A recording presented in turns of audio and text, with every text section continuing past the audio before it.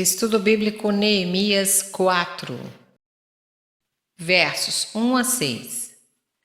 Em certas versões da Bíblia, esses versículos numeram-se diferentemente, capítulo 3, de 33 a 38, guardando a ordem do texto original hebraico.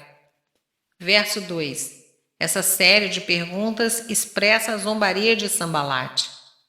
Pode-se parafrasear: o que estão fazendo esses judeus? Acham que eles mesmos, ourives, perfumistas, etc., podem fazer trabalho tão pesado? Ou vão fazer sacrifícios para que Deus os ajude milagrosamente? Nisto escarneceu de Deus e não só dos judeus. Acham que é possível terminar essa obra em pouco tempo? E o material? Vão criar novas forças nas velhas pedras agora calcinadas e em poeira? As pedras empregadas na antiga construção de Jerusalém eram pedras calcárias, as quais perdem no fogo a sua durabilidade.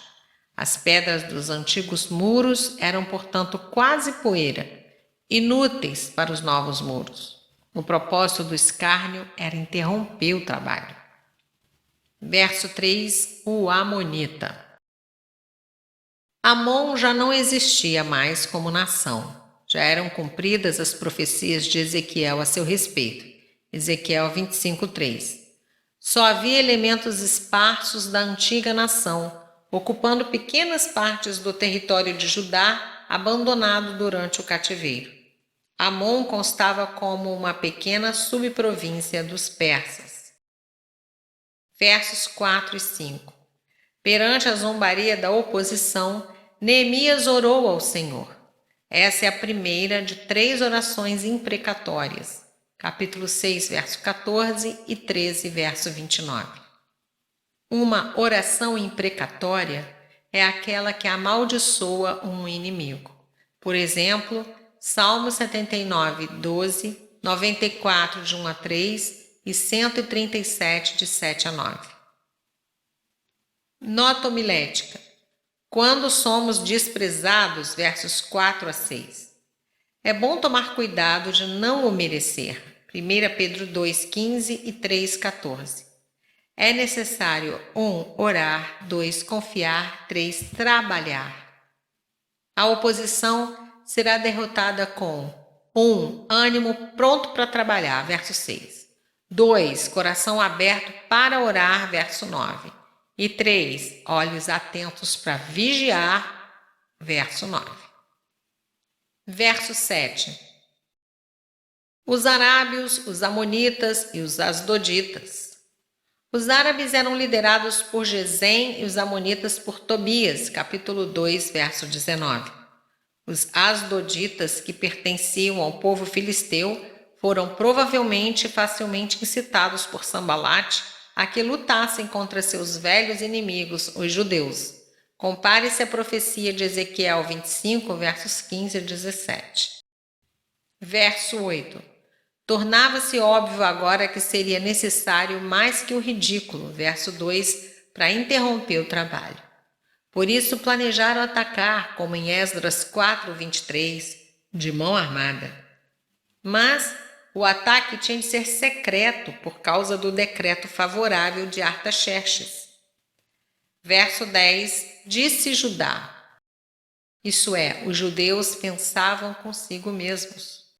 Alguns dos próprios judeus começaram a esmorecer por causa dos inimigos e do seu próprio cansaço. O trabalho de carregar pedras e tirar o cascalho dos velhos alicerces era pesado, especialmente para homens não acostumados ao trabalho braçal. Verso 11. Nada saberão disto. Planejava-se um ataque de surpresa. Verso 12. 10 vezes nos disseram. 10 é um número simbólico para algo completo. O temor da violência estava crescendo na mente do povo.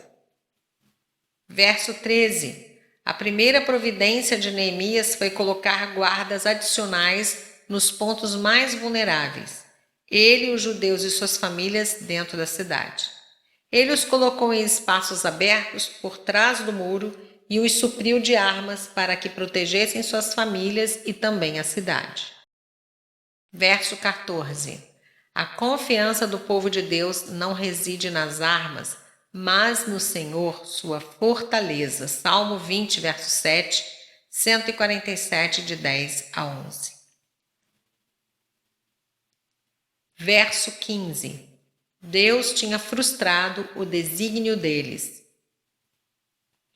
Em Esdras 4, versos 5 e 24, os inimigos tinham frustrado o plano para a construção do templo.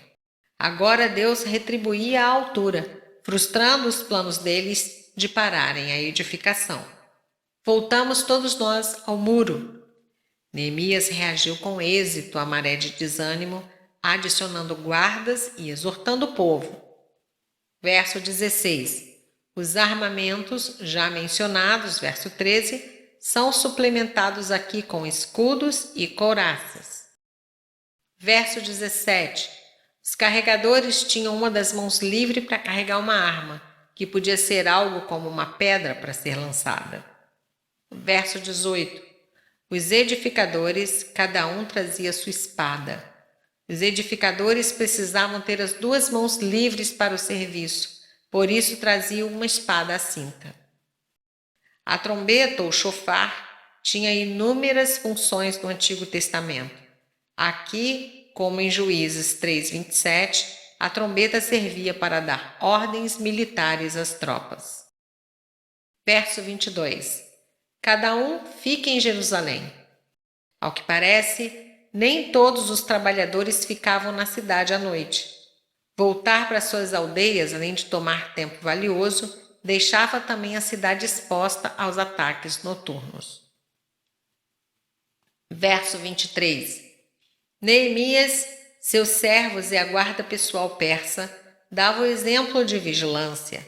Mantinham vestes próprias para a batalha e, ao deitar-se, cada um deixava sua arma à direita, isso é, quando dormia, sua arma ficava pronta à mão.